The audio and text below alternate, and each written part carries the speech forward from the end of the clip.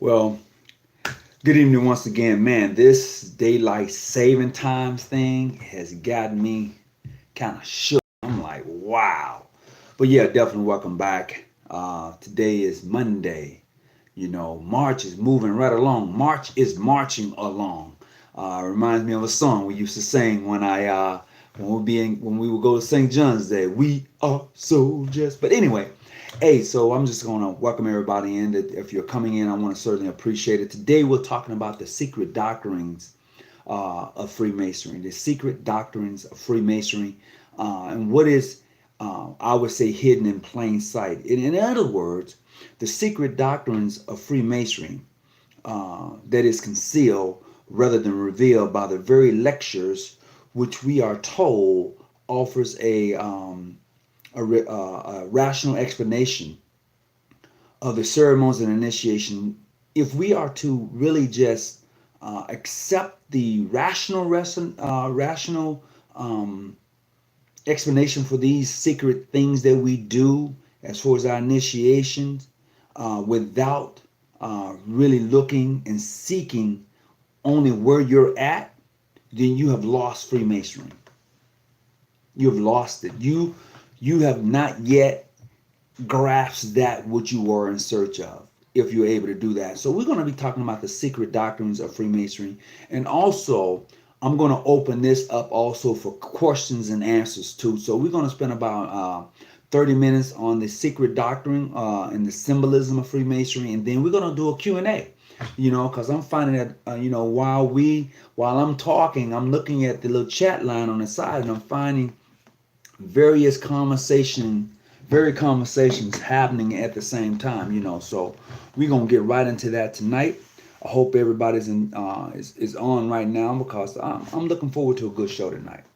Definitely looking forward to it. Good evening and greetings, Brother Elwoods, Diamond, Brother Stevens, Lance. I'm glad everybody's coming on. Who's up? I know I'm on the West Coast side, and it's early here, and I know it's late there on the East Coast. So if you're able to join us, I appreciate it, and share the video. I'll definitely share, because we try to put out something that's going to benefit everyone as we begin this journey of Freemasonry. So we're going to move on and get right on into it. So the first thing we're going to talk about is in regards to the secret doctrines of Freemasonry. The first thing we're going to talk about is the circle and the point. I know that is one of the things that a lot of brothers often talk about.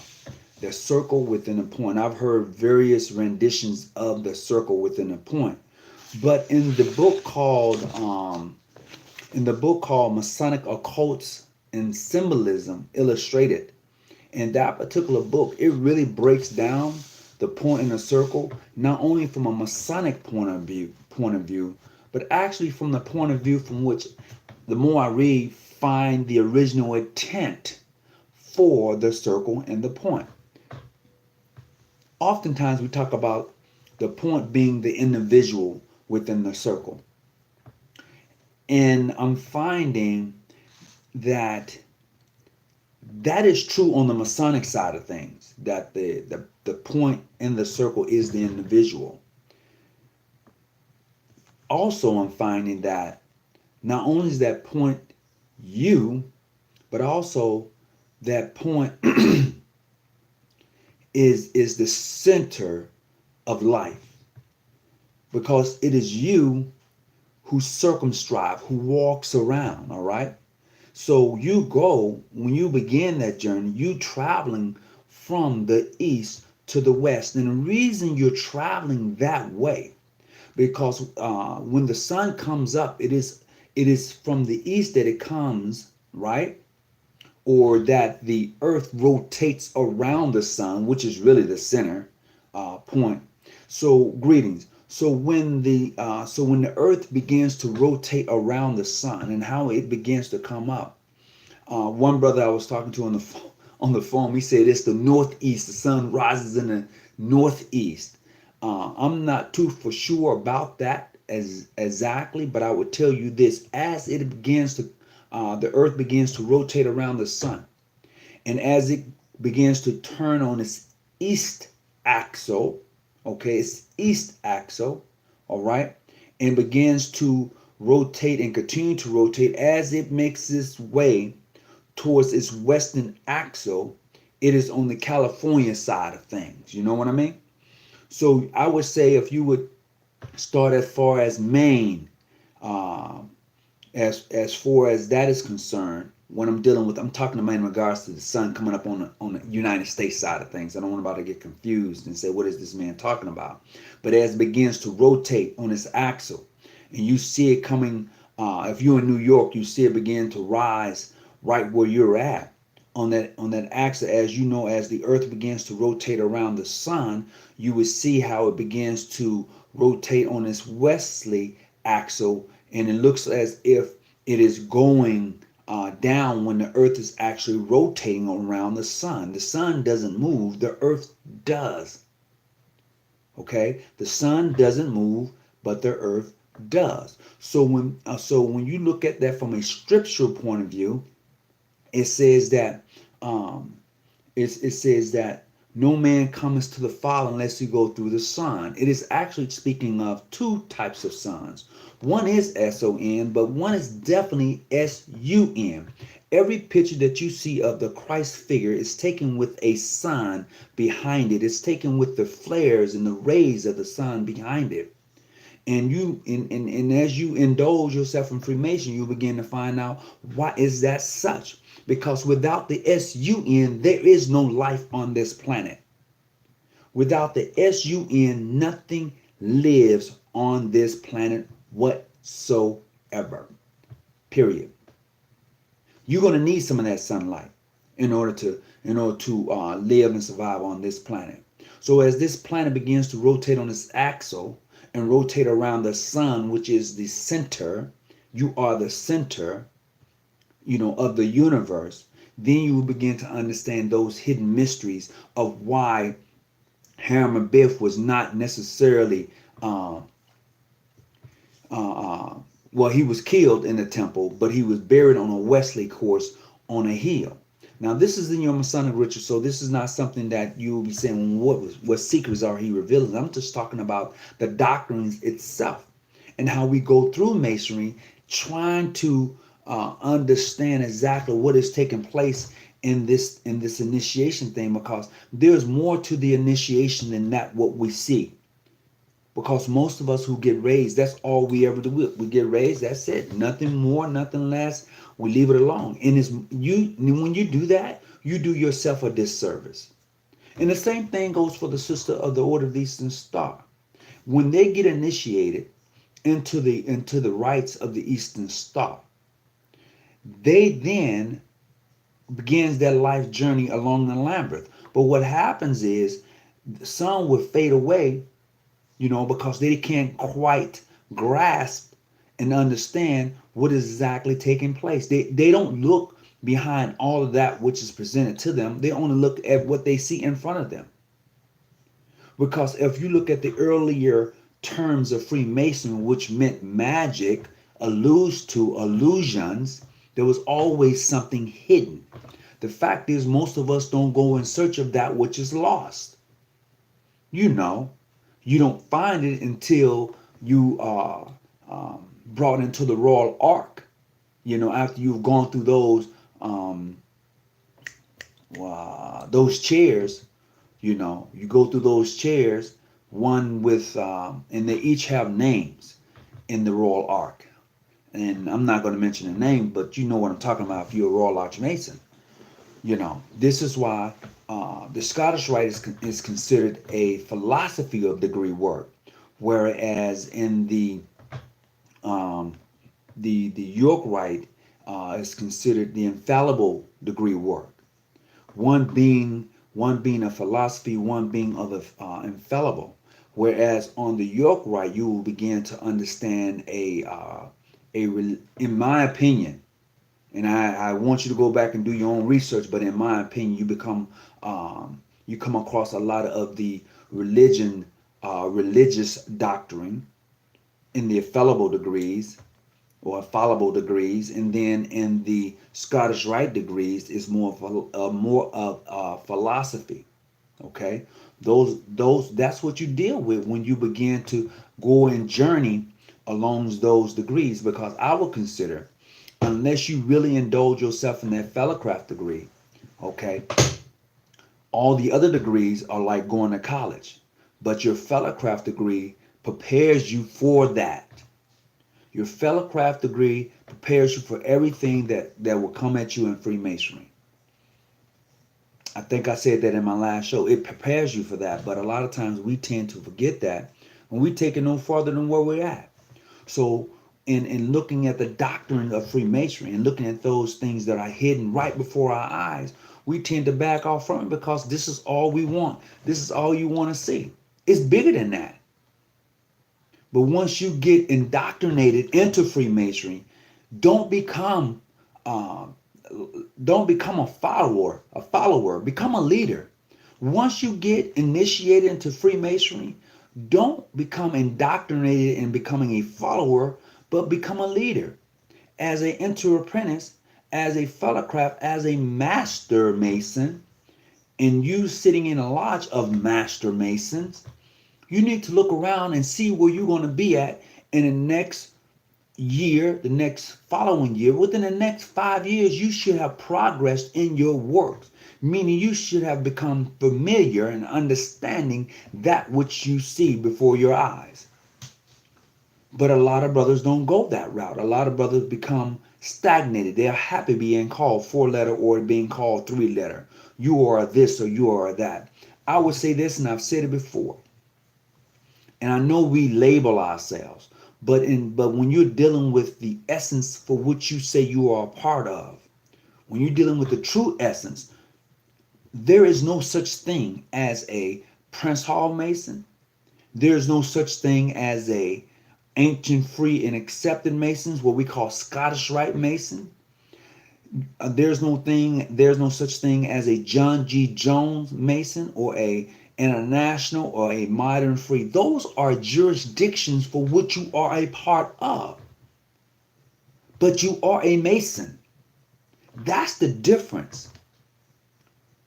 So don't take on that label. Don't take it on and make that label you. Because you are a Mason. And some brothers come to me and say, yeah, I'm Scottish Rite. I said, so have you been initiated into the Scottish Rite degree work? Oh, no, I'm ancient, free, and accepted. No, brother, no, that's not how you get down. Ancient, free, and accepted is the marquee lettering that your Grand Lodge has adopted for it. It may not have anything to do with England or anything to do with Scotland or France or any of those so-called first Grand Lodges, This has more so to do with the construct and concept for which your Grand Lodge chooses to follow. It chooses to follow the ancient custom. Then 3-letter free and accepted Masons may choose to follow the modern custom. But those are customs. But when you get deep into Freemasonry, when you go beyond the shadows and that which lies before you, you will find that there's none of those things that we so desire to call ourselves. I am a Mason. Period. I'm not just a John G. Jones or International, Modern, Free, PHO, PHA.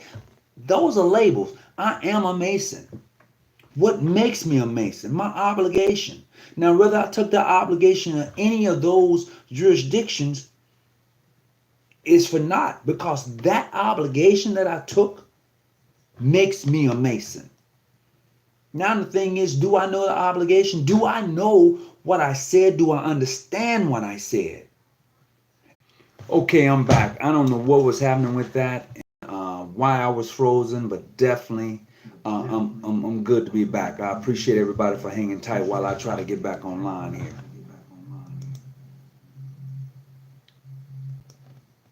All right, I think that's better. Okay, so as I was saying, what happens a lot of times, some of us tend to forget that this thing we call Freemasonry is bigger than where we're at. And I continue to say this, and I want you to hear me clearly. Please come out of your labels, brothers. Come out of your label. If you have been, if you have taken the obligation in a Masonic lodge, right? that operates upon a Grand Lodge, right? That issued that charter to that lodge, right? You are legally, according to Masonic customs and regulations, a bona fide lodge. You are a Masons by everything else. The same thing goes for a chapter of the Eastern Star, a sister who's been initiated in the order. If her chapter works up under a Grand Lodge, no, if her grand chapter works under a Grand Lodge or have been adopted by a Grand Lodge, that grand chapter then issues charters to that chapter. Okay? That's how that works.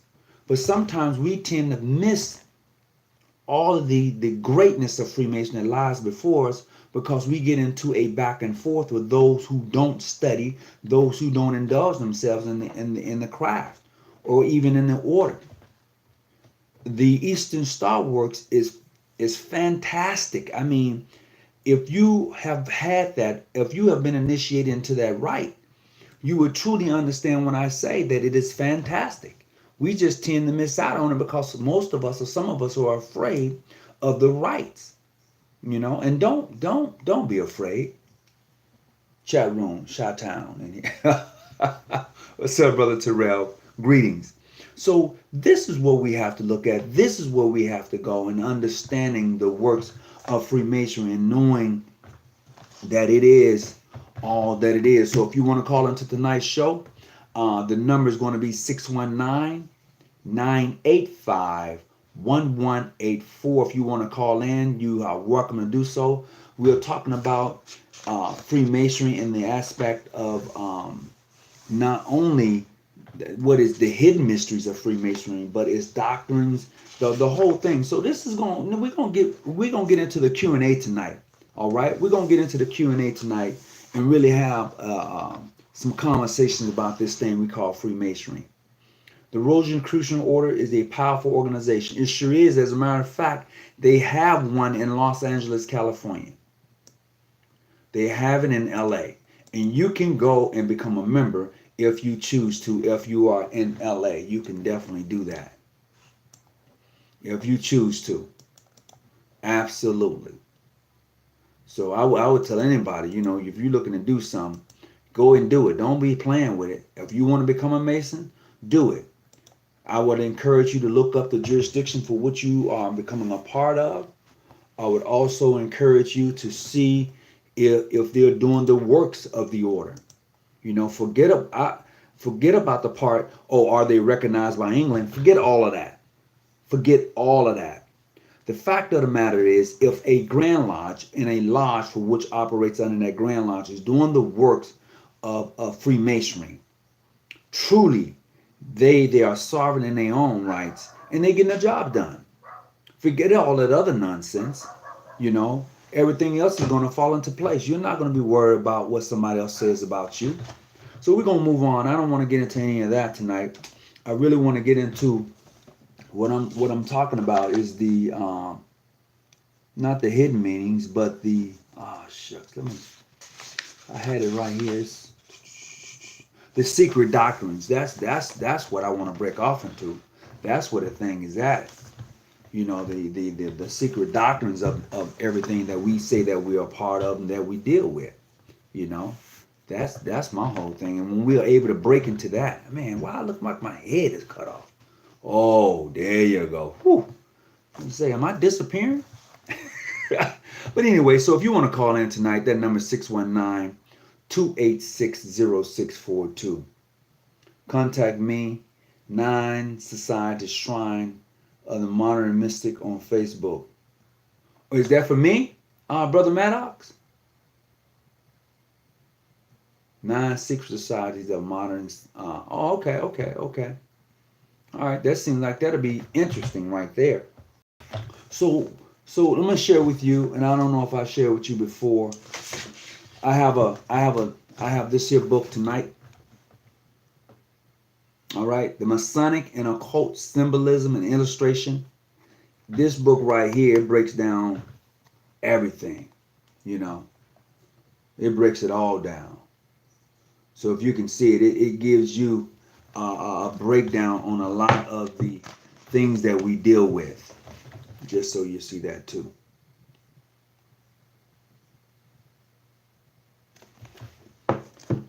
So that's how we're going to be doing that tonight.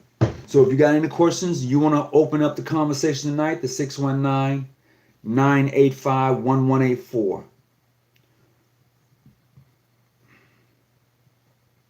Okay, Nicholas, what's going on? You said, as Grand Elect Perfect and Sublime Mason, I can just digging into the Scottish Rite, the hidden and why is more interesting than the than the apparent. All right. Yeah, it is. It is definitely more interesting in that. As a matter of fact, the degrees on the Scottish Rite and the degrees on the York Rite almost parallel each other. You can find a Royal Arch degree on the Scottish Rite side, but it's not called that. But it's open, identical, and its symbolism is the same. And the same thing will even go for some of the Scottish Rite degrees on the York Rite side. Once you begin to get into it, you will see exactly what I say. Once you have been initiated, passed and raised, and chosen your journey, whether to go Scottish Rite or York Rite, you see exactly what I'm saying. So once again, that number tonight you want to call in is 619-985-1184. So let's get it in tonight, guys and sisters. As they say, let's make it do what it do. The Masonic Order is older than what? Brother Alex Fitzgerald, you said the Masonic Order is older. What is it older than? Because oftentimes most of us here think that the Masonic Order started in 1717. It did not start in 1717. But most of us would say that.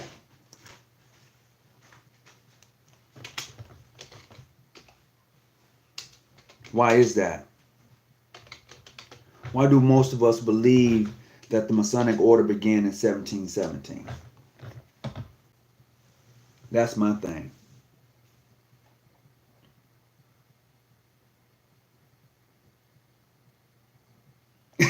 He said the book is sky high on Amazon. Well, I can get that book for you, bruh. And how much is that book on Skyline? How much is it? How much is the book on Skyline?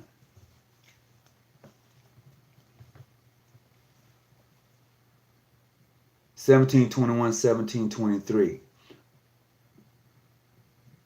Brother, $90. Oh, I can get it a lot cheaper than that. I can get that book a lot cheaper than $90. Absolutely, I can. You wouldn't believe what I paid for it. Oh yeah, oh yeah. And I tell you what, I got it from a black bookstore. I got this book from a black bookstore. And the reason a lot of books cost a lot of money is because they have a lot of information in it. I'm just going to be honest with you. And this is one of those books. Because that's what we are taught. We have to do our own research and find out the truth. Absolutely. Because if you do not do your own research, then you how can you call yourself a master mason and don't even do your own research, but rely on what someone else has told you, be it about another organization, be it about Freemasonry, be it about anything. When you become a master mason, you then begin a journey of that which is lost. Truth. You begin your search. No matter what you're looking for, your search is to find truth. And the truth you're going to find is going to be your truth. It's going to be your truth. And anybody who wants to put a disclaimer on your truth is going to have hell to pay, because it's your truth. And you're going to have the documents, you're going to do the research to back up your truth. Okay? Now, I would do the same thing, but in the middle of it all is going to be facts. See, here's the thing. When you find your truth and I find my truth, and we come together and we discuss what we have found, in all of that, we're going to find facts. And the facts are going to lay out everything we've been looking for. the facts are. Not just my truth and your truth, but the facts. I would have my truth, what I've gotten, my research. You will have yours. And then when we come together and lay out that which we have found, then we'll have the facts. And then when we find the facts, we'll have a better understanding. This is the important things about in relationships. It's the important things about the Masonic Order, the important things about the OES. But what we do is that we don't do our own research. We rely on other people to do it for us. There is so much information out here in regards to the Masonic Order, and in regards to not only the Masonic Order, but so many other auxiliaries and fraternal rights, till it's unreal, you know. And that's what we have to begin to get into, because we tend to miss so much more in regards to Freemasonry, because we find ourselves indulged in this going back and forth amongst Black Masons. My objective is to get past that, and let's look at the facts of the teachings of Freemasonry, and let us enjoy that, and let us be able to fellowship in harmony. Because I guarantee you, if you who are Masons, be it also an Eastern Star, if you go visit other jurisdictions, what you do in yours is not necessarily what they're going to do in theirs. So you cannot come out of that and say what it is and what it is not, because you're not part of that jurisdiction. I had to learn that the hard way. But I'm okay with what I've learned, because now I can apply it. So when I go to places, I don't expect for them to be as I am. I do expect for them to be Masons and to carry themselves as such. There is some expectations. When you come into this organization, there is expectations, not only from the initiate, but from those who do the initiation. Okay? But we tend to gloss over that because we don't teach anymore.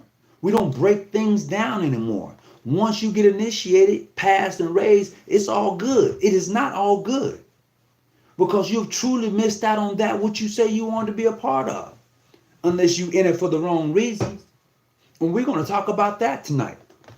You know, we're going to talk about the right reasons and the wrong reasons to be part of this organization.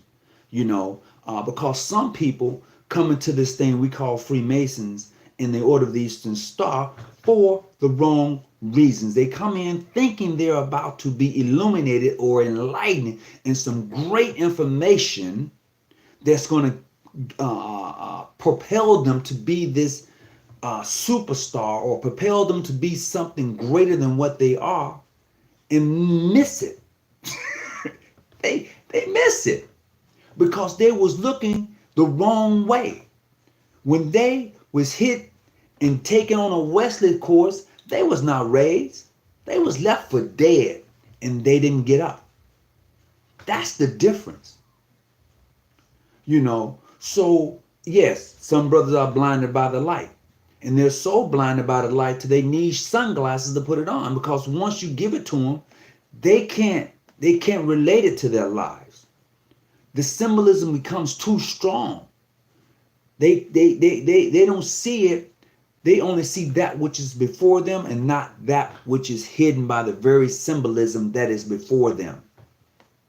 They can't grab it. And that's the thing that they miss. Here you are calling yourself a Mason or a Eastern Star, and you can't grasp that which lies before you. You can't break down those 5 points and what they mean as far as the sisterhood is concerned, and then take that and apply it to your life and watch the works that you do. See, your walk as an Eastern Star is going to be different from another sister. Okay? Your walk as a Mason is going to be different from the walk of an average man. Because as a Mason, you're supposed to be illuminated, and therefore if you give the light, when you walk into a room, you walk into a room with a purpose. But we don't get that taught to us, because a lot of us like to slouch. You know, we don't want to pull our shirt down. We don't want to tuck our shirts in our pants. Freemasonry is one of those things that I found in my walk that actually propels you or pushes you to want to do better and understand life and what it has to offer you. That's what I get from it. Somebody else may get something different. But the more I read and find Freemasonry and its teachings and what it breaks down, it's amazing. It is truly amazing, but we get so blogged with nonsense information, stuff that's not even relevant to Freemasonry, till we miss that which is before us. The Order of the Rose and Cross as an institution was established in 1709 under the Ludicrucian. I think I said that word right, huh? I could have not. Okay. 9 secrets, 9 societies, shrines of modern mystics. Okay. I'm going to have to look that order up. I'm not too familiar with that order. I'm not. All right. So let us continue tonight. So just want to share with you some more information out of this particular book here. See, and another thing we need to consider, we need to be able to cut through the outer shell of what we get and what we see when we join this thing called Freemason, because a lot of us can't get past the outer shell. I don't know if we too excited. As one brother put it, he said that, he was blinded by the light. So therefore, they're not able to grasp the very thing that is before them. All right. So let's look at some of this here. In the Eastern Star book, we are told a symbol is a figure of something in a cultural, moral, or spiritual, a visible object representing to the mind the symbolism of something which is not shown. Check this out. It says that the Eastern Star emblem, right? A symbol of a figure, something in a cultural, moral, or spiritual, a visible object representing to the mind, okay, something which is not shown. That's deep. But how many of us are going to really try to break that down to understand that Eastern Star symbol? There are so many things out there that try to break it down. Oh, it's the goat head is in the star, flipped upside down. It means this and it means that. Some of that has some truth to it. It really does. But that's not the Eastern Star works. The Eastern Star works is based on those 5 herons of the order that is from the Bible or they're from the Quran. Depends on which way you want to go. You will find those same 5 herons. Okay? You will find them. All right? And then let's look at this here.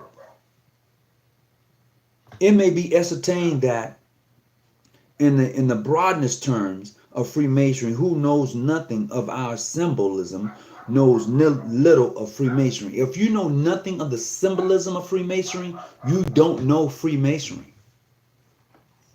Okay? If you know nothing of the symbolism of Freemasonry, you don't know Freemasonry. This is why most people you talk to in regards to becoming a Mason, they can't answer your questions because they don't understand the symbolism or the hidden meanings behind them.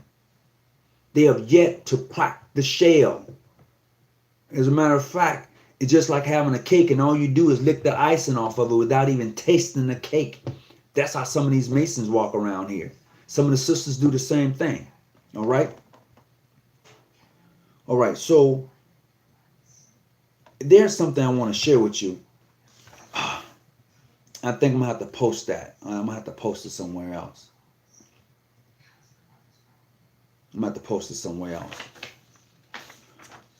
But going back to what I was saying earlier in regards to Freemasonry and those symbols. Now we know that in all arts, you're learning to do something in all of the arts and sciences. This is why I talk about the inner apprentice being such a great degree. Okay, this is why it's so important to understand that. And not only the inner apprentice, but the fellowcraft degree is really what I'm alluding to and talking about. That degree itself. You know, if you are a master mason, would you please go back and check out that fellowcraft degree? Because it has everything in it that's going to help you to understand the degrees that's going to come afterward. It really does. I know that most people would say, okay, in the United States, we only deal with 33 degrees. And after that, if you leave the United States, there are other appending bodies that deal with more degree rights. I've heard of 720, I've heard of 360s, the complete circle. I've heard of it all. I've looked at it for myself. Now, do I understand everything I've seen? I can't say. I'm gonna be honest with you. Just so much information. So I'm like a child. You know, I'm gonna try a little of this. I'm gonna try a little of that, and I'm gonna try a little of this. Like nanolators. Y'all don't know about no nanolators, do you? Nanolators. That's how I have to get it. You know, I'm not that guy to go out and say, "Well, I know everything." No, this brother posted something. I'm gonna go and check it out.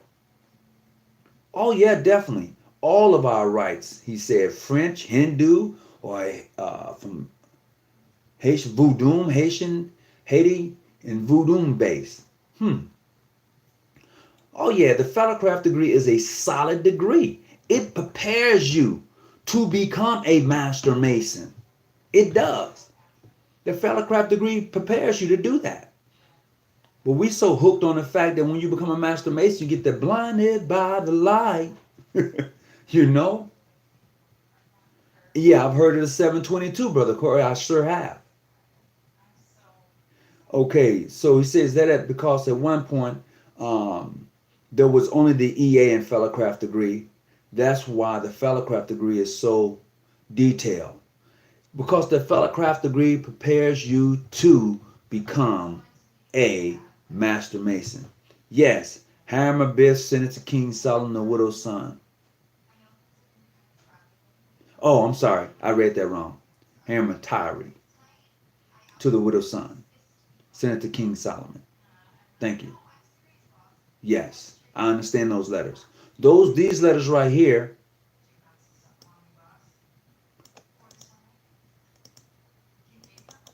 these letters right here, these letters right here, brothers, if you can see me pointing, I just posted, those letters right there are within the keystone. Those letters are within the keystone.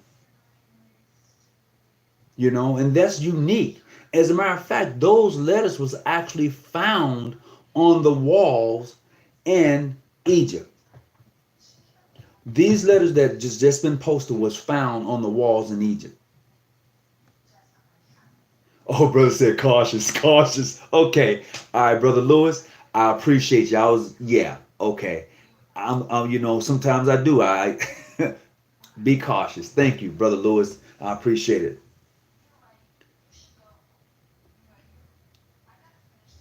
He says, Brother Lewis, the first 4 degrees contain all of the secrets of Freemasonry.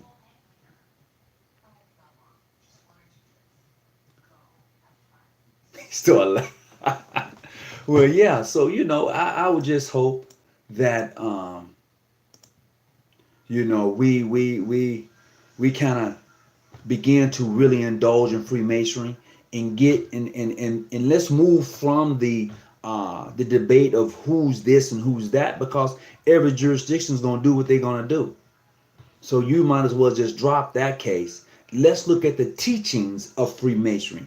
Is that sister being taught Freemasonry? Because I know there are brothers who are Moors, right? And what I've learned is that they cross the rites of Moors into the Freemasons, and they have a whole nother system. Talk back to me. The Moors, okay, and the Masonic system, if you're a Moor, you cross paths and you have your own Masonic system, which is not Freemasonry. Somebody can tell me if I'm wrong or right. I'm telling you what I know for my truth right now. And when you show me your truth, we're going to find some facts. And within those facts, that's going to be the end of the conversation.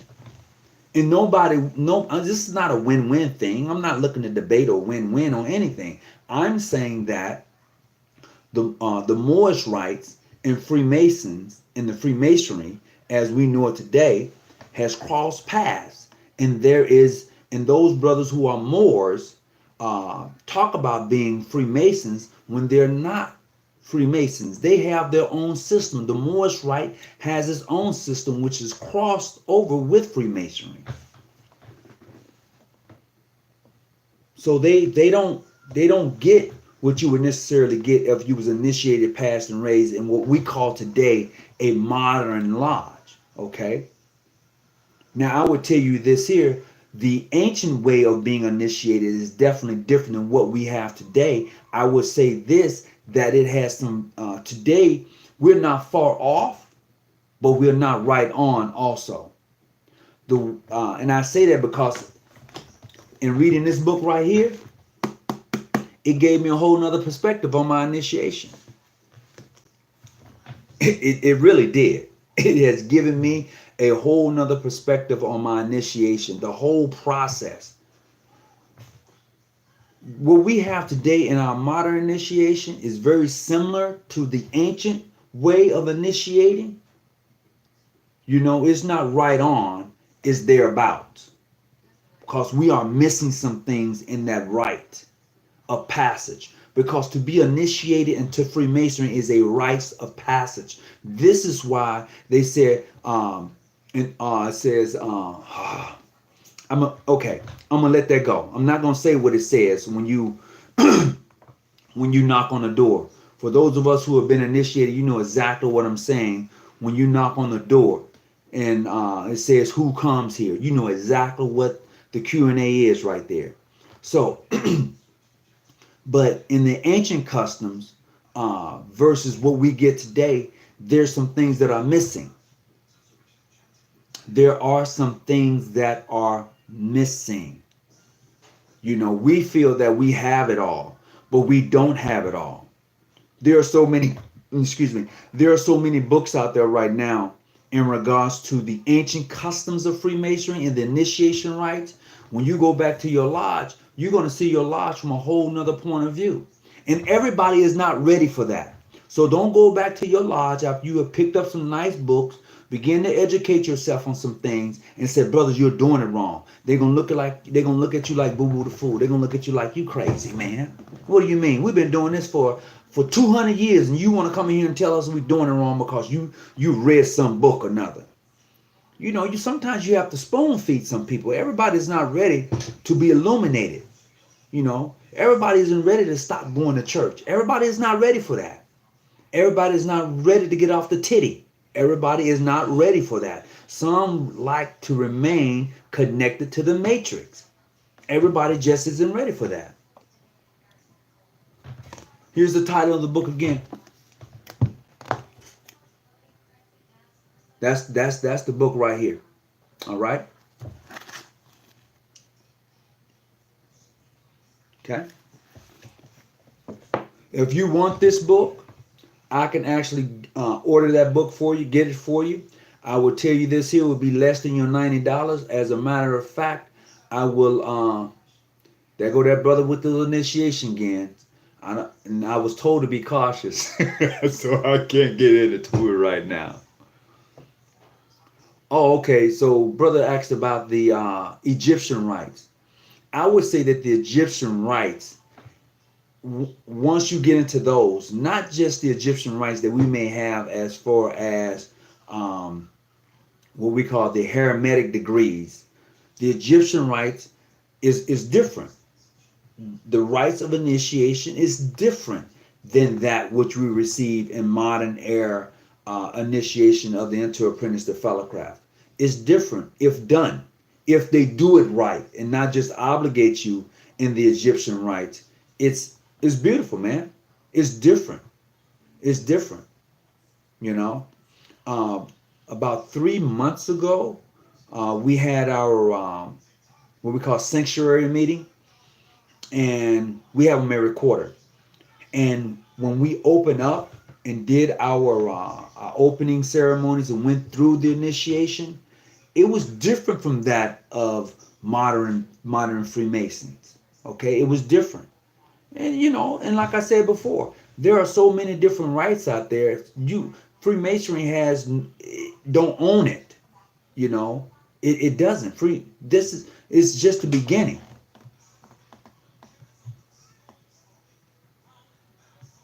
Hello, how can I help you?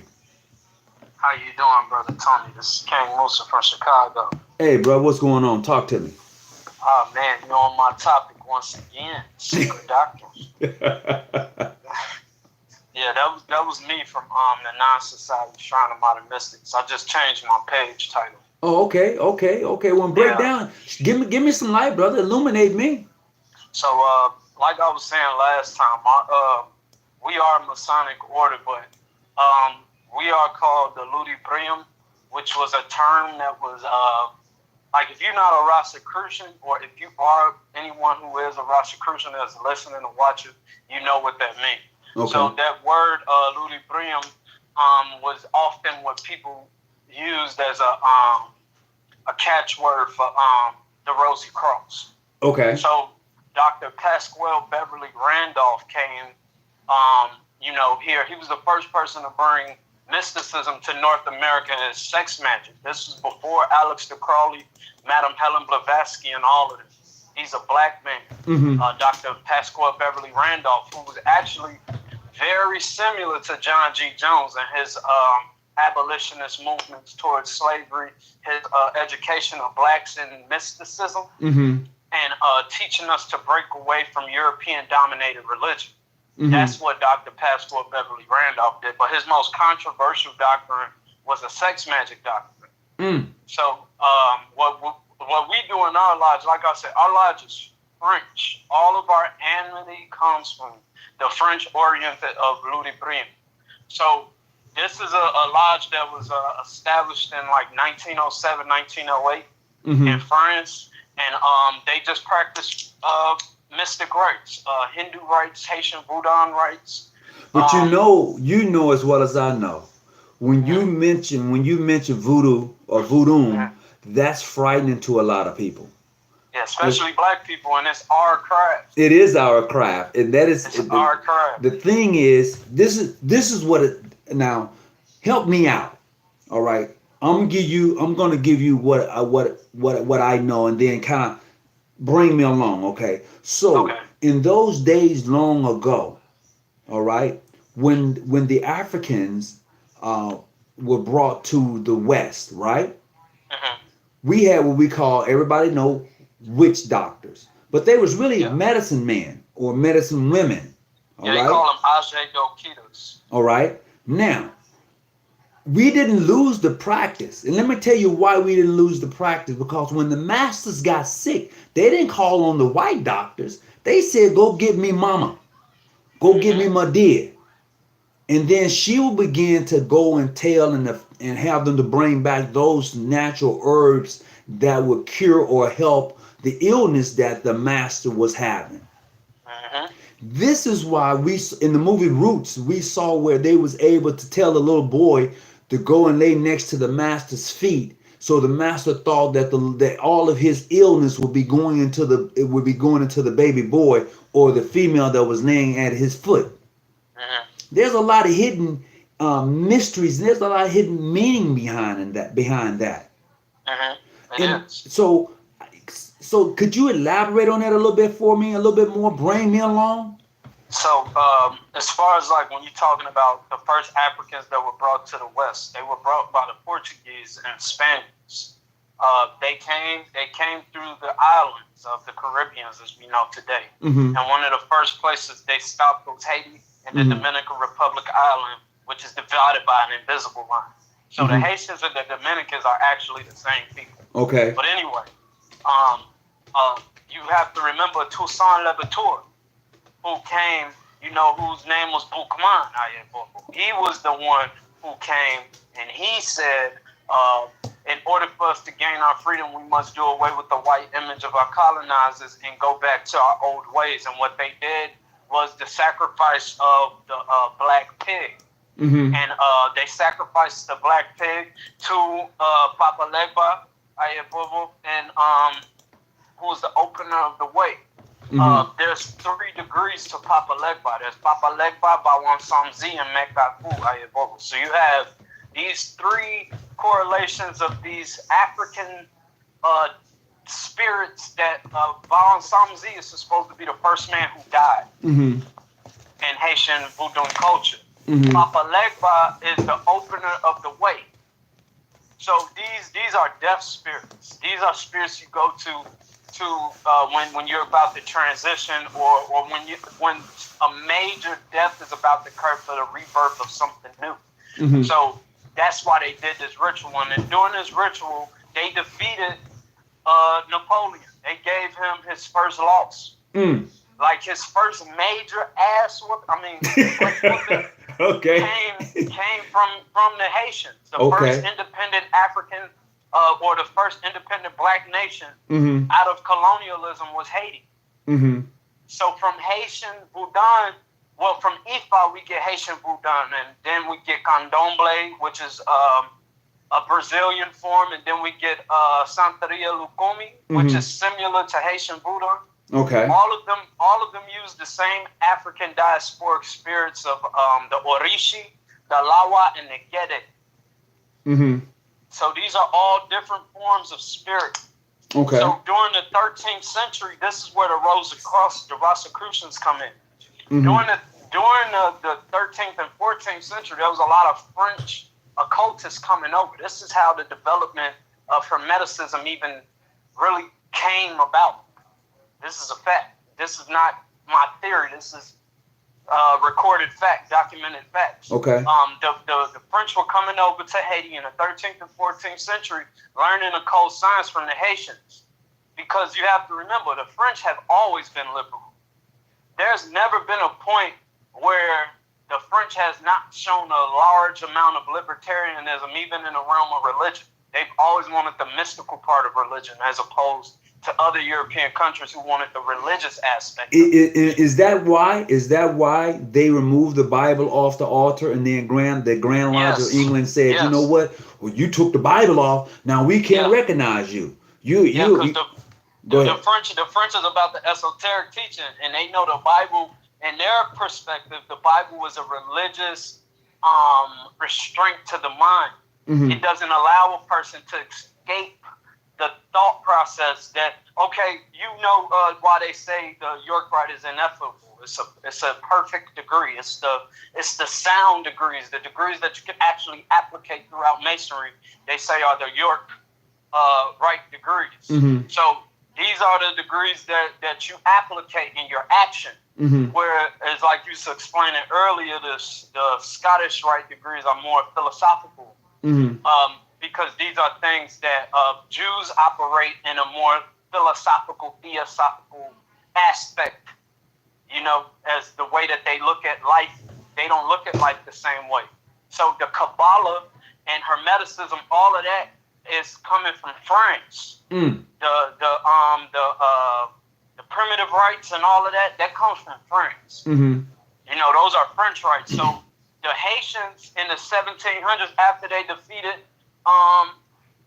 Napoleon, you had a large influx of people coming over there now, because now Haiti's independent. Mm-hmm. So now you got all of these babalaos, not babalaos, but Ugans and Mambos, which is the word for high priest and priestess. You have these high priests and priestess teaching Europeans, Haitian Boudin, how to summon spirits, how to cast out demons and all of this. This is why you see a large influx of demon possession in the 16th and 1700s going into Europe, because Mm-hmm. they were messing with Haitian Boudin. Mm. Them spirits was in this is why I always try to teach Europeans that I teach. I say you have to remember there's a difference between Ori, Lawa, and Gede. Gede are people's actual living bloodline relatives that have become spirits because Okay. of spirit. Excuse me just a second. I like something that Brother Lewis just posted. He says, as tight as the Bible has on the mind, the information still is there, but it is hidden in allegories. What do you No, think? it's not. Oh. No, it's not. Oh, No, it's okay. The Bible particularly deals with one particular aspect of.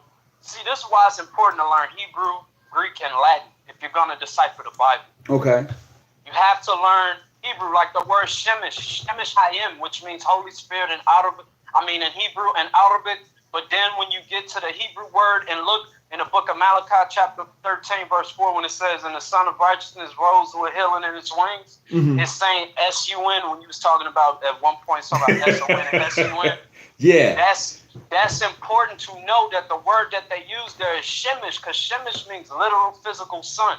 Right. It does not mean Ben. Ben in Hebrew is son or child of, particularly referring to a boy who's the son of a man. You follow? So in order to understand the context of the Bible, language is key, which is why etymology is a key implementation in Freemasonry. You have to know etymology in order to understand the context. So in saying that, can a person also look at the Father, the Son, and the Spirit being the mother, the child, and the husband? Yes, the Holy Trinity works in multiple ways. The Christians just interpret it their own way. Okay. Yeah, the Holy Trinity, because you got Brahma, Vishnu, and Krishna too in Hinduism. Okay. You got Bapa Legwa, Baran Samzi, and Mekafu in Haitian Voodoo. You got Olokun, you got Ishu, and then you got Olokun, Ishu, and oh my God.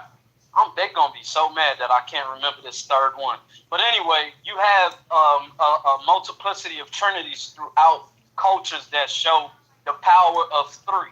Even in Western Hemisphere of the Aztec and the Mayans, you have Colocan and you have Santísima Muerte, which is the Holy Death, who comes in three forms of red, black, and white. The Holy Trinity exists in so many facets of esotericism.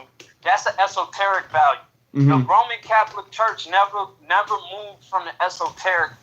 That's why they still have the Virgin Mary as representation of the Holy Shekinah from the Hebrews, because the Holy Shekinah in Hebrew is a literal thing. It's a literal physical feminine aspect, or the wife of El Elo, or who they call Yahweh or Yahweh. So that's the thing. So when you're in a French lodge, everything is like esoteric religion. You learn about the power of the alphabet, why the alphabet in English is so hard, or English language is so much harder to learn than other languages. Why the alphabet is powerful, our numerological system, and everything. Like, we learn all of that. Is that why they said that the English language, if you don't understand the King's language, you put a spell on people? Yeah, you can. Wow.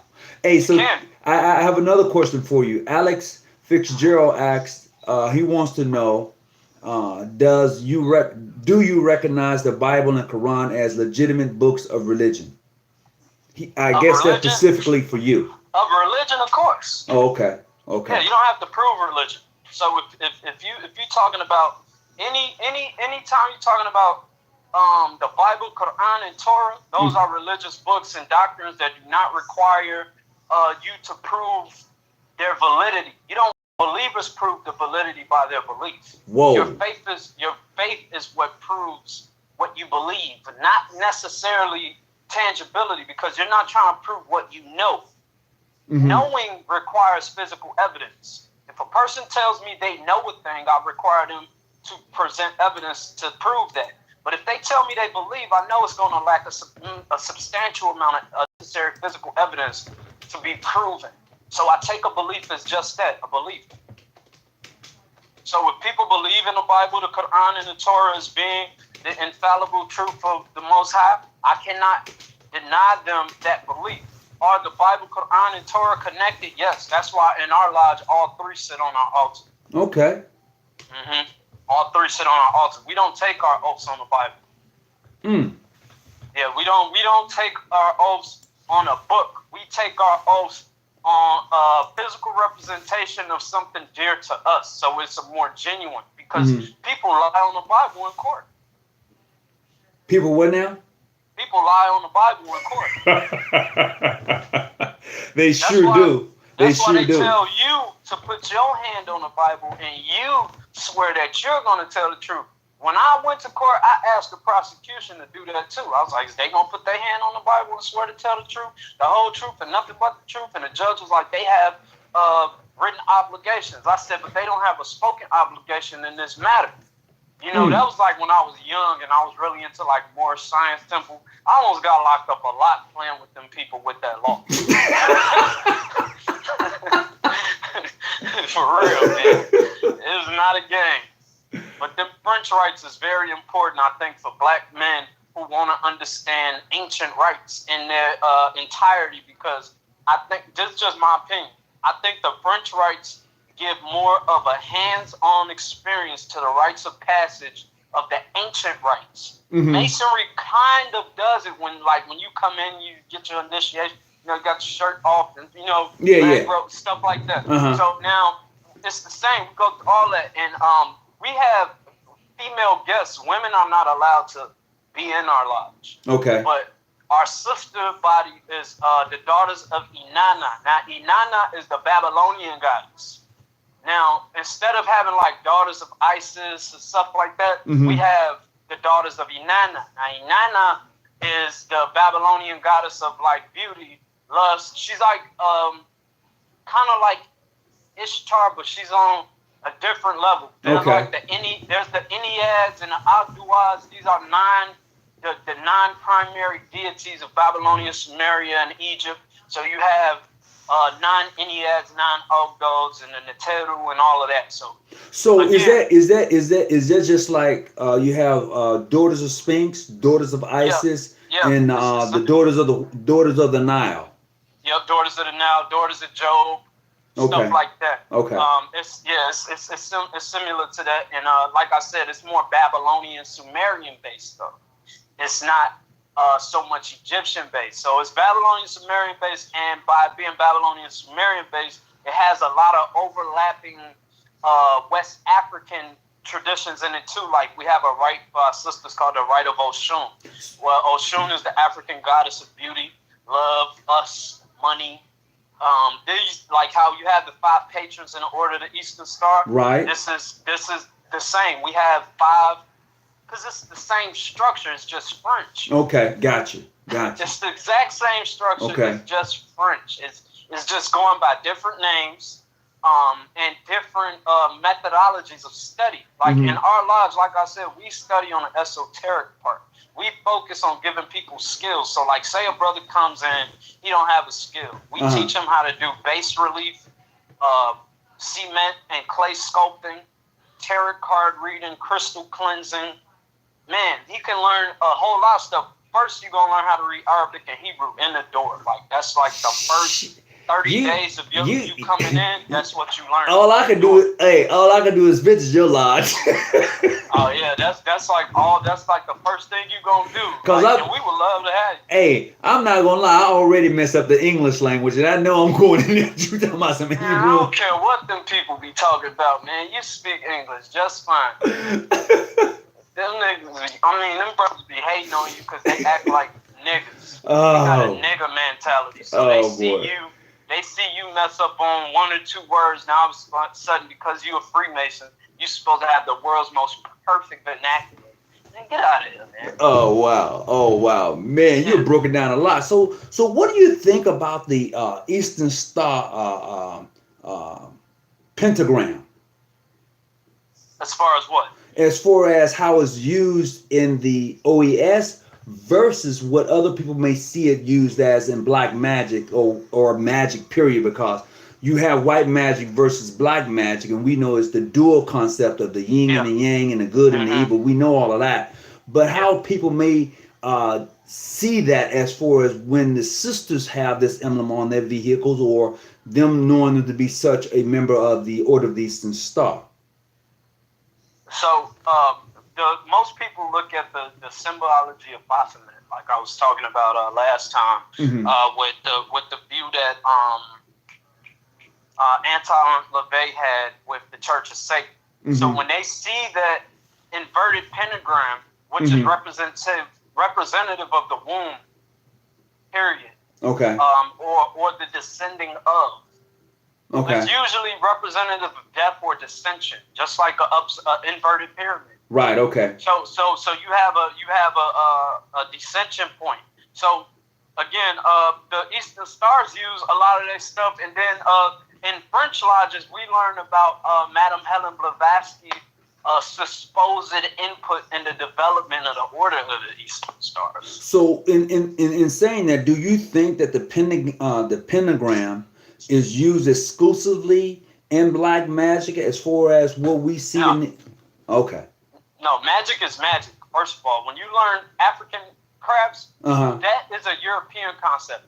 Black magic, white magic. That don't exist in African perspectives. The people who are colonized today will tell you, oh, this is good juju, that's bad juju, the brothers from the continent. But I'm initiated. I've been initiated into Ifa, and I never been scratched into Palo Mayombe, Palo Candomblé, and none of that. But I've always been into like Ifa and Haitian Vodun. Like my mambo, you know what I'm saying, was the lady who initiated me in. She's the high priestess. So in Haitian Vodun, in my personal opinion, once you start learning all of this different stuff, you start to learn there is no good and evil and no dark and light in the sense of it's how you use the energy. So, that's what I was gonna say. So it's energy only.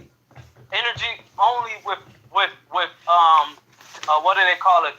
Teleology. Teleology is attributing functions to a thing with purpose. So this wouldn't have happened if this didn't happen, as opposed to anthropomorphism, which is adding human attributes and qualities to an inanimate thing.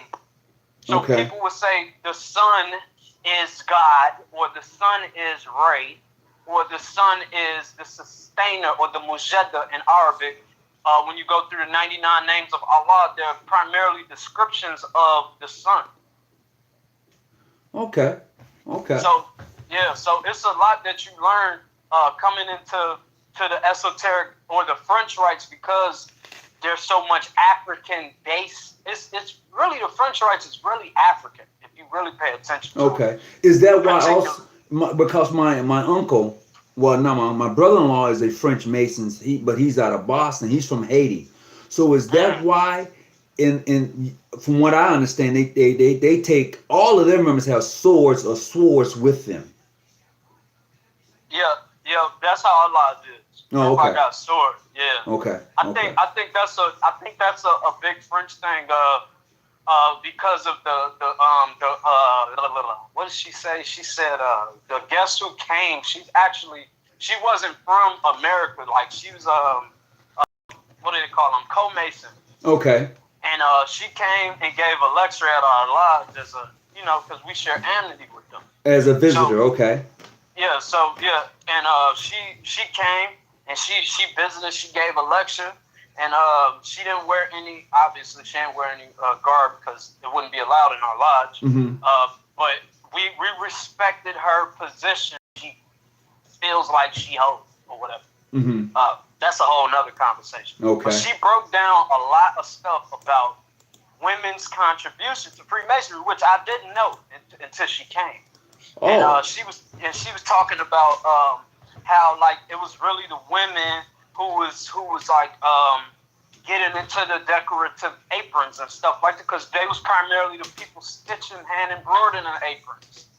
You know, the brothers would be like, put these 4 or 5 tools on my apron, so and the sisters was the ones to go all out, and they was the ones reading the Bible and thought to add fringes to the apron. That's a whole lot of stuff she was breaking down. Wow. And these are claims though, so I don't take them as absolute fact. So I was just listening to her, and I was relieved of her education, but like I said, they're just claims. I'm still researching myself to see.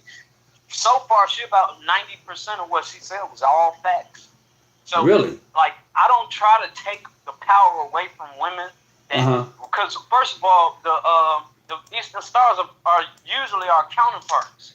Right. Because during their establishment, the only way to even be an Eastern Star, if your husband or father or something like that was a Mason.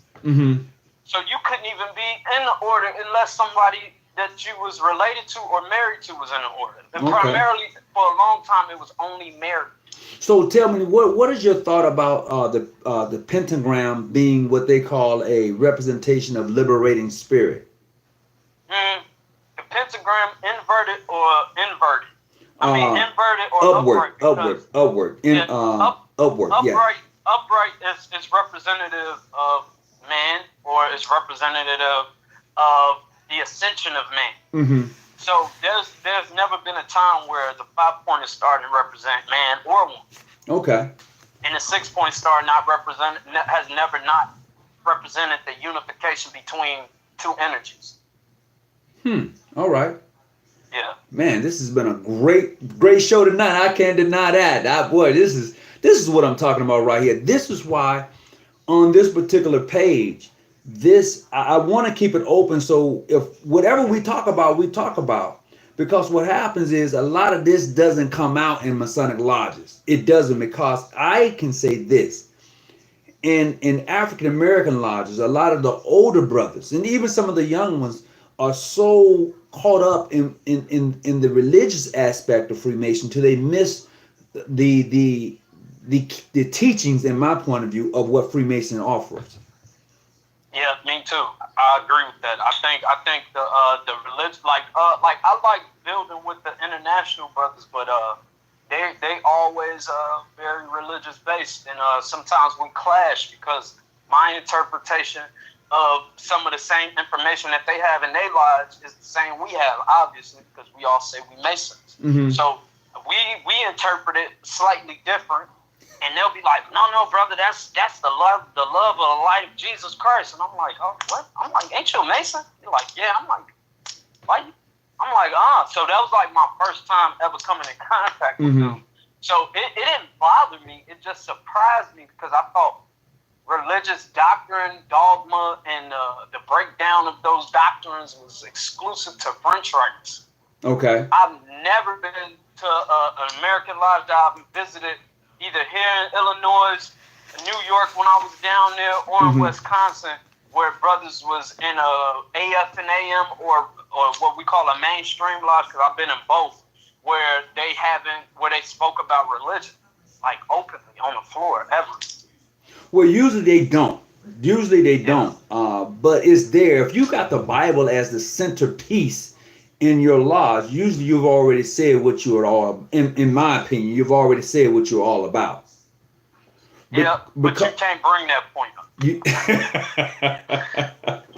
And that's the craziest thing. How can you not bring up a point about religion when you have the Bible as your center focus in your lodge?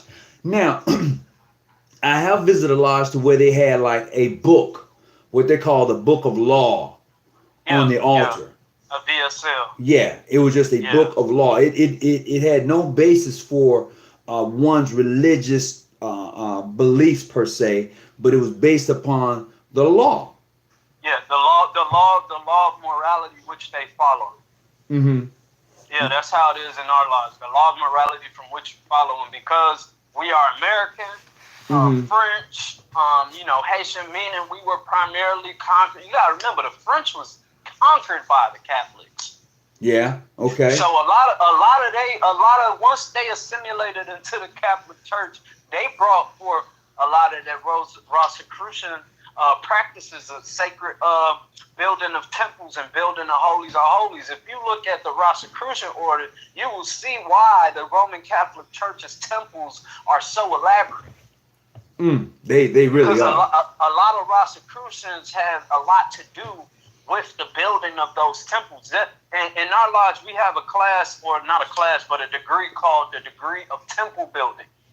And in this degree, you know how you learn about the layout of Solomon's temple and how it's reflective of human, right? etc. So we go into a similar thing, but we learn about masjids, we learn about synagogues, we learn about Abati Putus, which is different temples in India and stuff like that. So we learn about the minarets, which are the long phallic symbols that are on the mosque. Mm-hmm.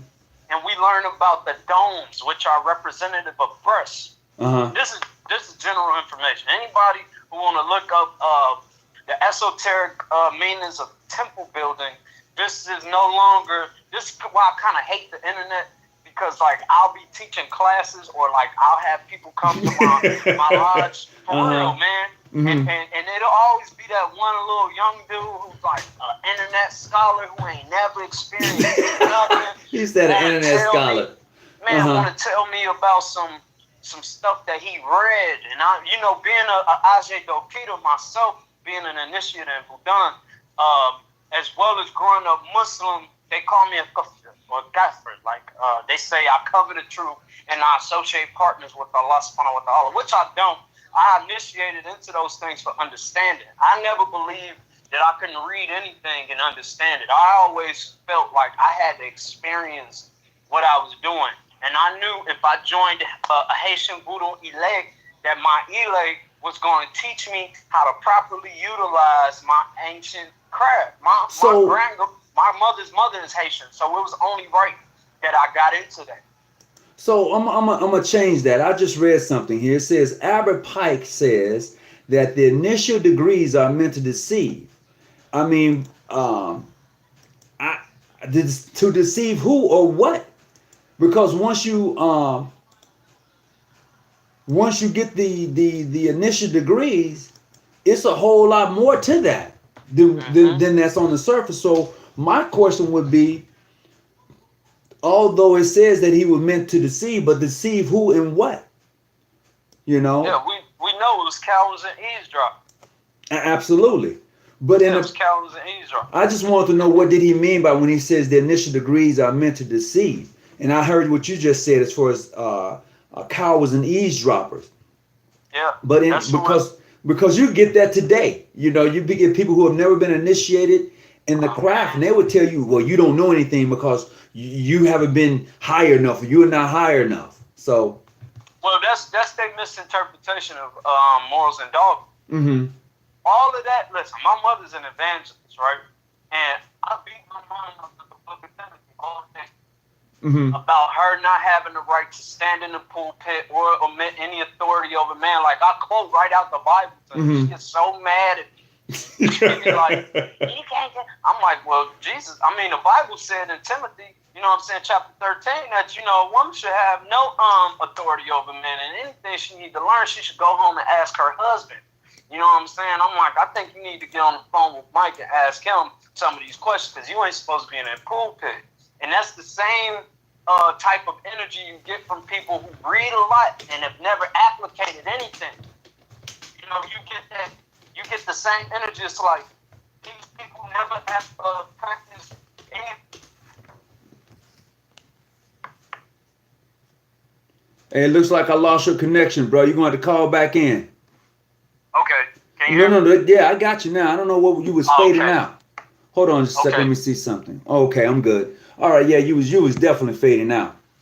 Yeah. One brother, yeah, I hear you now. One brother asks, why can't you just put the truth as you see it out for the public? And I told him, they're not ready. Everybody's not ready for the truth, because some people will go jump off buildings if they really knew a lot of stuff.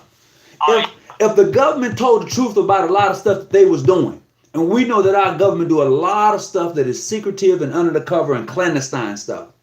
Do you know most of us would probably want to overthrow the damn government? Yep.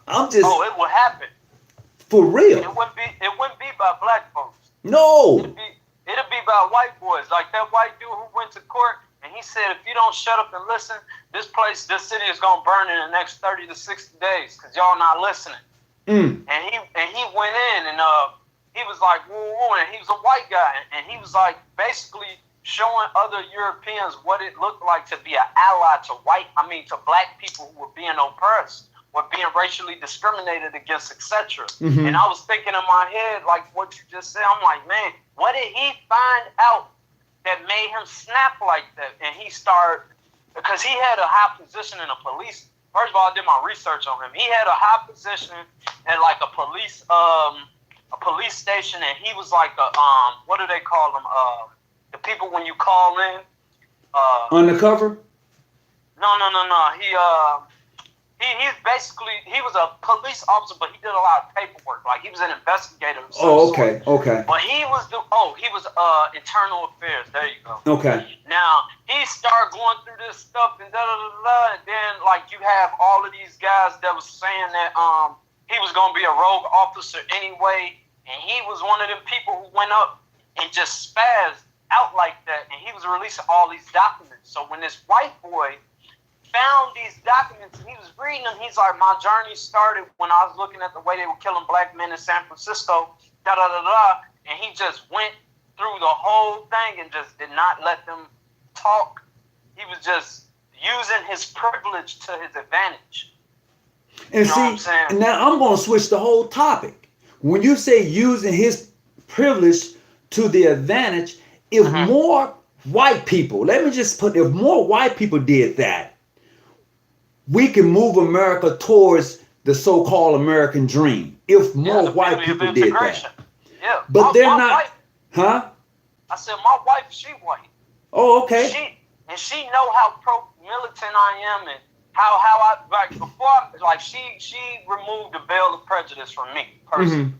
I'm from Chicago, so growing up, all I ever heard was the white man was the devil, whether it came from the Nation of Islam or the 5%ers or the Hebrew Israelites, it didn't matter. Like, I was told, white man is the devil, and the white woman is the one who bears his devilish seed. So for me, when I first met her, I was just like, whoa, but she was one of the people who used her privilege to her advantage. For me, like prime example, like we'll get pulled over or something, like I'll be driving police, like probably pull us over. She would do the white girl boo-hoo cry, get me out this situation thing, where they're just looking at her and she just like, and that was the first time I ever seen white men disabled.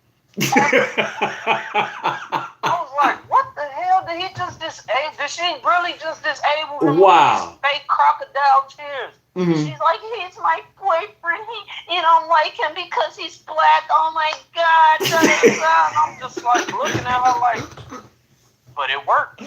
Oh, man. It worked to advantage. My dogs, I had 2 Cane Corso puppies. They jumped the back gate in Chicago. I live in a very high populated police area. Like a lot of police live in my neighborhood. So when my dogs jump the gate, a cop always brings my dogs back. So this day, one of my non-police officer neighbors brought the dog back because it was like her 5th time jumping the gate. And she was just so fed up. She was like, you need to do something about this gate. I was like, do you see the size of that dog? She's going to jump that gate.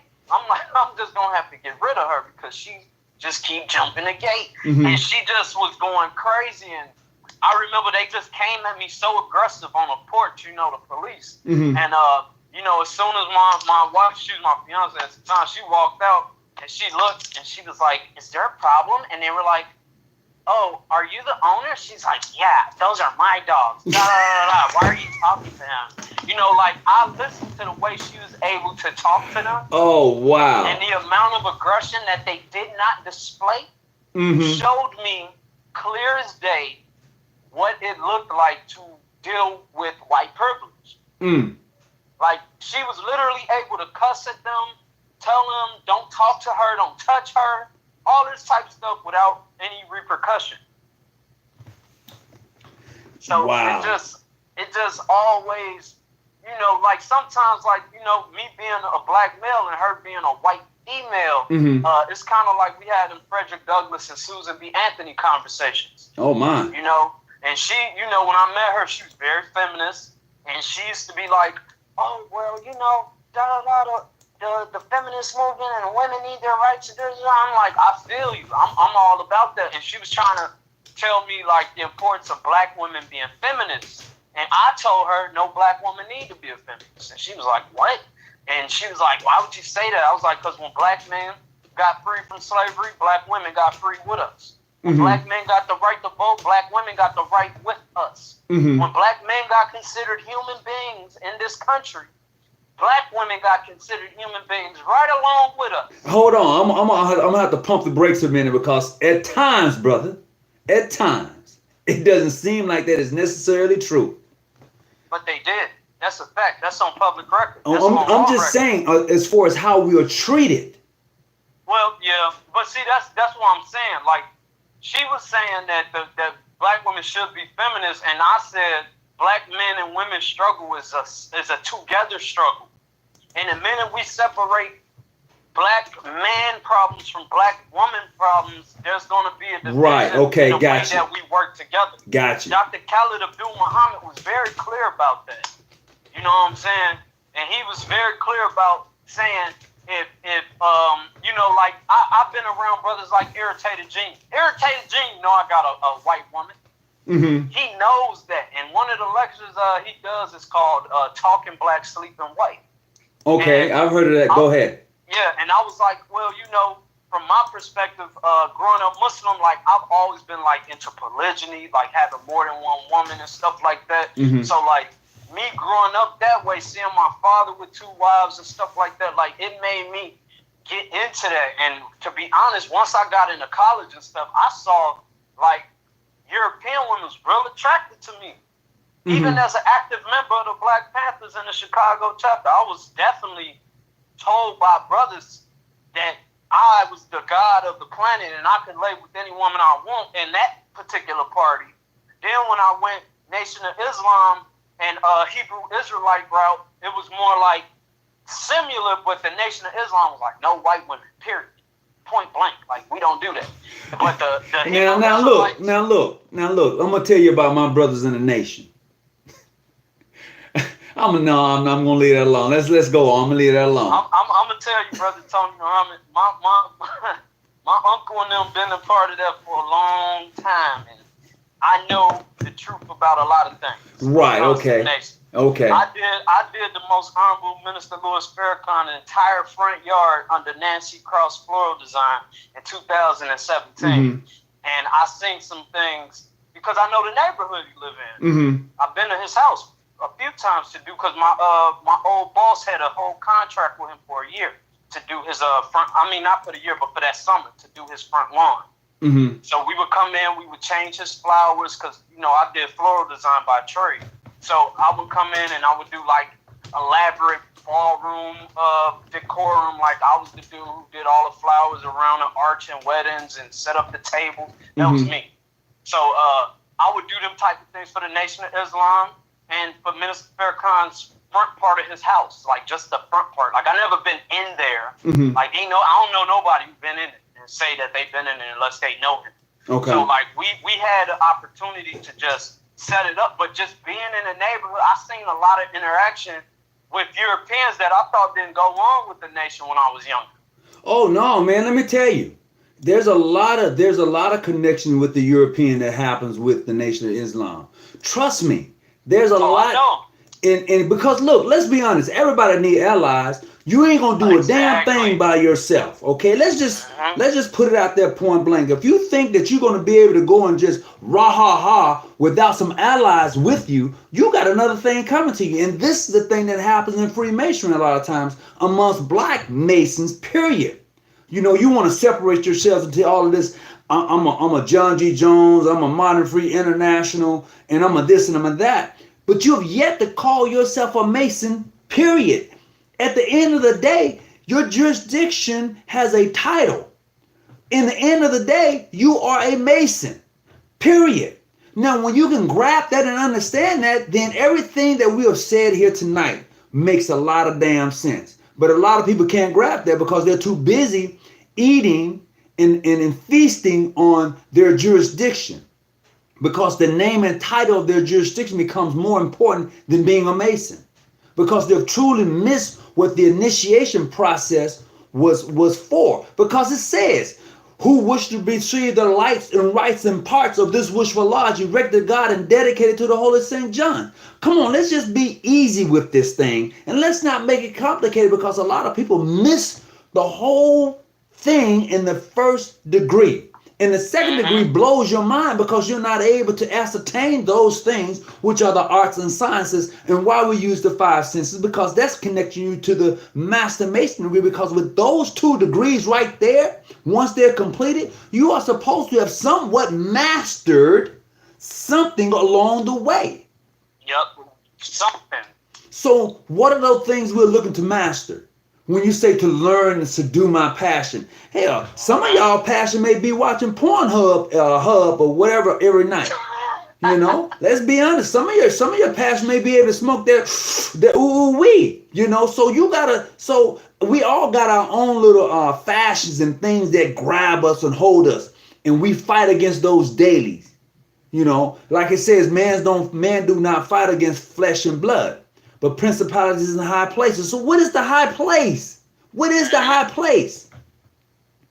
This is the high place. The mind is the high place. Always. That's the highest you can get.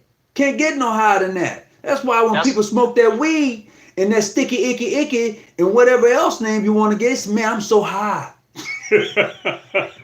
Oh, man, it's just, woo, you know? Yeah, that 357 is important. For real. I always ask people, what's at the top? You know, when you get to that 7, that's that astronomy. And then you should start that off with the basis being your grammar. And at some point, you should get into your logic, and you should understand the geometry of self and all things that exist outside of self, being an equal distance from yourself. I understand that. So when I look at things, I try to look at them from the perspectives of me. And by knowing me, I understand that which I call creation. Mm-hmm. That's why when you listen to Hindu mystics, they seem like they know everything, because the only thing they truly study is them and their reaction to things. So when you ask them questions, they can tell you from their perspective what it did for them and how they reacted to it in a positive or not so positive light, mm-hmm. that was giving them a certain result. Mm. So I think once we get into, like you said, the true science of learning who we is, what our purpose and function is, as opposed to our jurisdictions as Freemasons, we will become better men, upright, literally being the shining light. And like I used to always hear our teacher say, the helping hand you're looking for is at the end of your own arm. You damn right it is. And here's another thing. I'm going to flip it real quick, and we're going to come right back. But this gentleman by the name of Big Dick Cheney, who, oh my God, what a name. You know, I believe he's a troll tonight. And I just want to welcome the troll along and just tell him, hey, sit back and relax. Maybe you'll learn something, you know. But until you get initiated into this thing we call Freemasonry, you're not going to be able to grab anything we're really breaking down tonight. It's just that simple.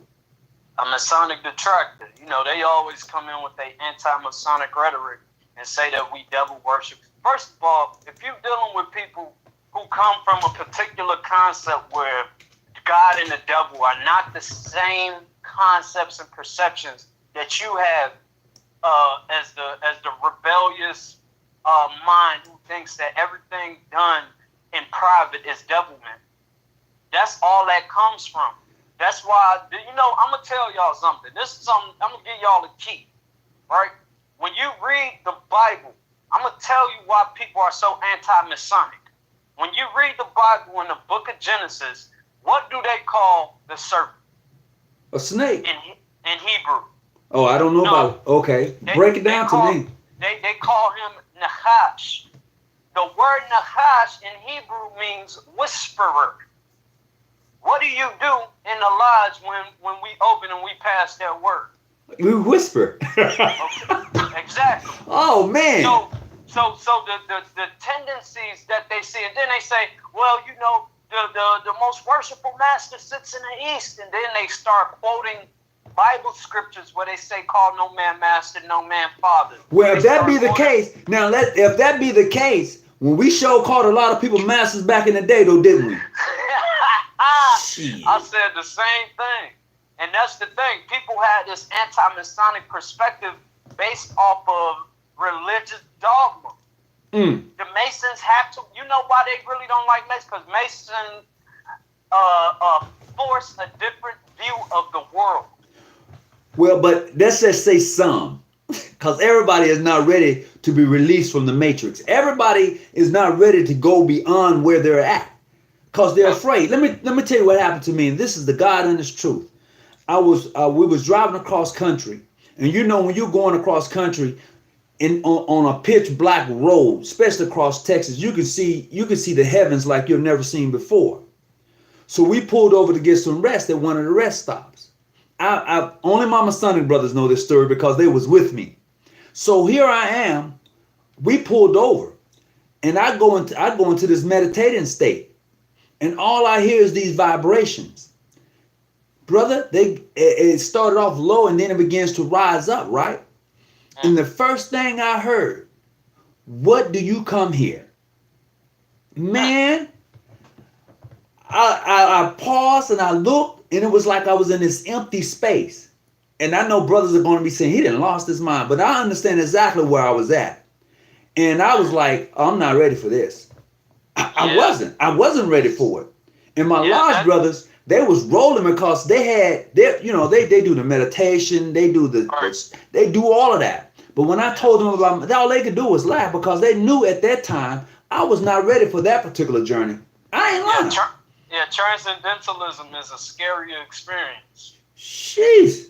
Yeah, I know about that because being in Haitian Buddha, you have to be able to transcend the physical reality in order to be mounted by Lawa. So if you come in and you there's a elect opening and brothers is in there, especially when you got new initiates, because Haitian Bouddhan, you have to remember these symbols that we see was existing in Haiti before the abolition of slavery in Haiti, before the Great War that took place between Buchanan and Napoleon. They was using a lot of the general Masonic symbols already in Haiti before the Europeans even was establishing what we know today as Freemasonry structure. Really? So we understand. It's just like when we learn about the cotton gin, when we learn about the traffic light, when we learn about the car engine, we learn about the modulator for computers and cell phones. We never think in our mind that these things were created by black people. Why? Because the first time we hear about them, we never think that they don't give us credit for it. Because they don't. And when you establish things during the time of slavery, guess who got the rights to your ideas? Your masters.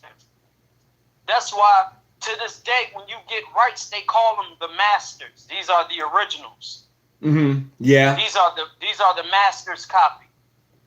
Right. Not master copies, but the master copy. I mean, this is the origin. This is the one who actually has the authority to say such and such. So that was the same type of behavior and thoughts that people was given. So, like, when I look at people that go through these transcendental states, I understand that the Most High speaking to you in whatever form that may be. You having that experience is something for you. It's like, I don't drink or smoke, right? So, like, I've been clean. I break my anonymity. I've been clean and serene for 7 years straight. I'm only 30. I got clean really young. My mom got 30 years already. You faded away from me. Can you come back? Can you hear me? There you go. Okay, yeah. So I said I'll break my anonymity. I got 7 years clean and sober, right? So my mother, she's been in AA since I was 9 months. So when I was younger, of course, I was into drinking a lot of alcohol, and I became very bad at alcoholism. Like, I became a horrible alcoholic. So I joined AA real quick because, one, it went against my Islamic religious beliefs of being an alcoholic or being a drunk and not being able to do salat and stuff like that. So, like, I didn't want to drink because I was off my dane. And then the behaviors that I displayed were unmanly. So I didn't want to drink. So by me going into these sober states, it showed me a different type of experience when I was seeking who I was and what I was becoming as a man. Okay. Refraining from drugs and alcohol is probably one of the best things I could have ever done.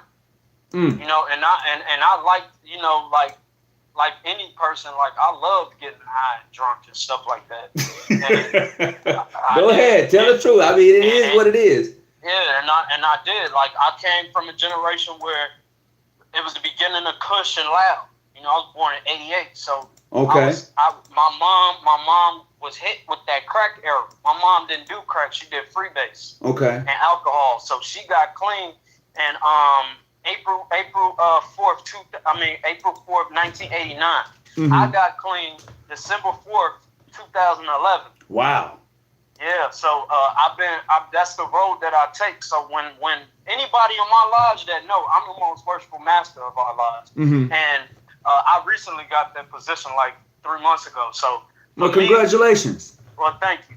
For me, now that I'm a primary, I'm a lifetime member of my lodge too, so I don't pay dues and stuff. Mm-hmm. But the stuff that I try to offer when I am in that position Mm-hmm. is always the learning opportunity, because this is my responsibility to teach the brothers new things. Like literally, that's one of my obligations. Like, was I willing to obligate myself to guide my brothers in a time when they needed my guidance, etc. So I was just like sitting here, thinking and processing. I was like, dang man, I need like some ideas. And when I stumbled across your show, it gave me the motivation to want to come up with more controversial topics in the lodge, because I'm in a lodge like that where we can talk about this stuff.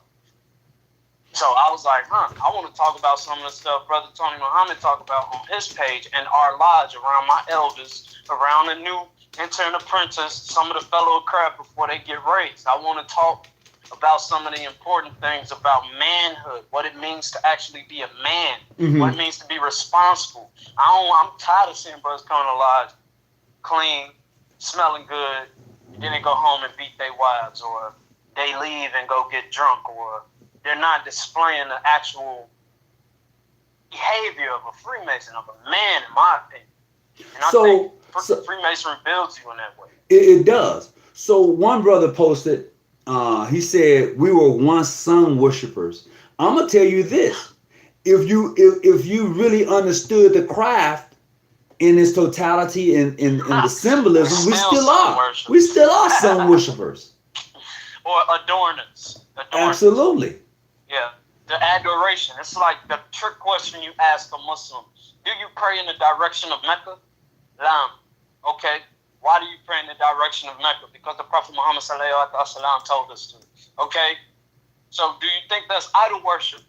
Now you get putting a rock in a hard place, because either you are worshiping the Kaaba and the black stone, or you are admiring.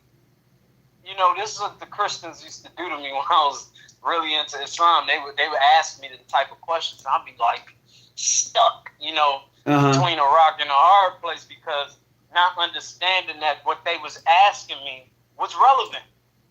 Mm-hmm. If I could say that the Bible is nothing more than astronomy. But how many people are able to break down the 12 disciples, which represents the 12 zodiac signs?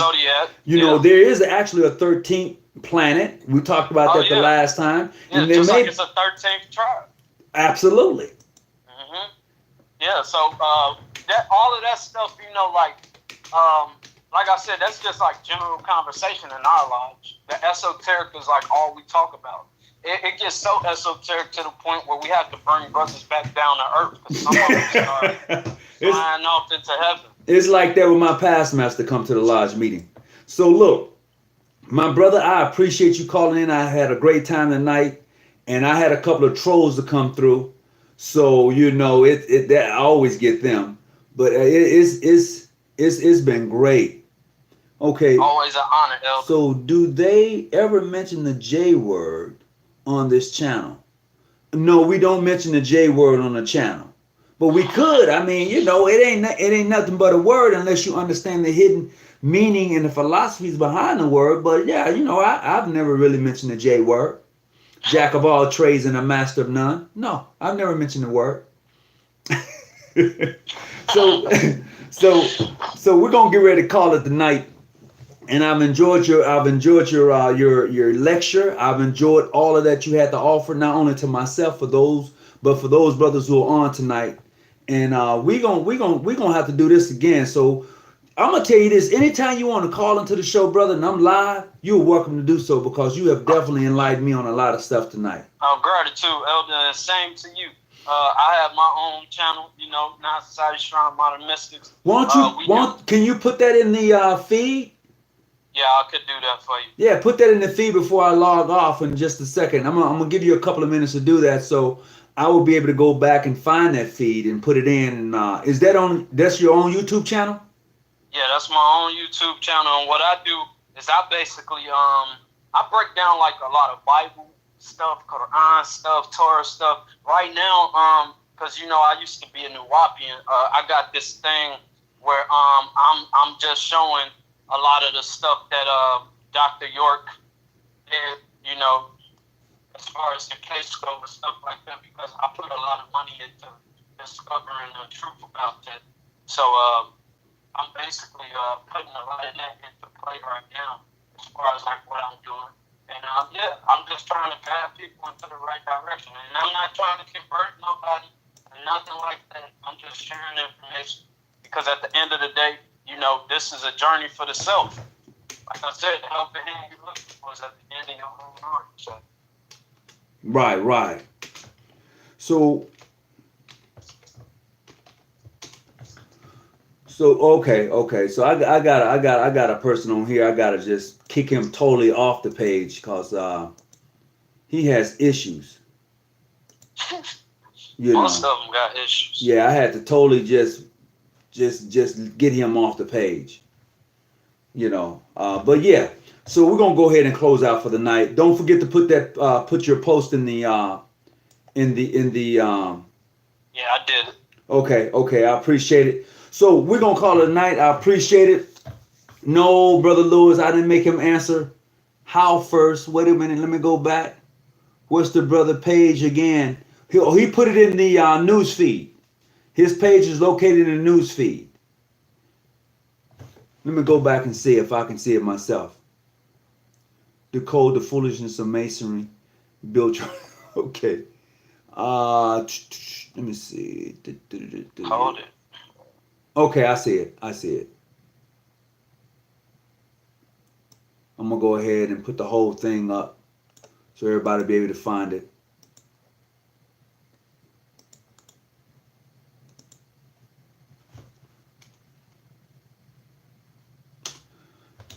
There you go. It should be there right now.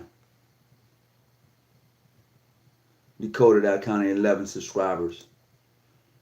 All right, there you go. All right, I appreciate it. Let's try to help them out, and I'll be talking to you later. And as always, everyone, please, whatever you do, stay out the bushes and keep your light on. And till we see each other and greet each other, I appreciate you.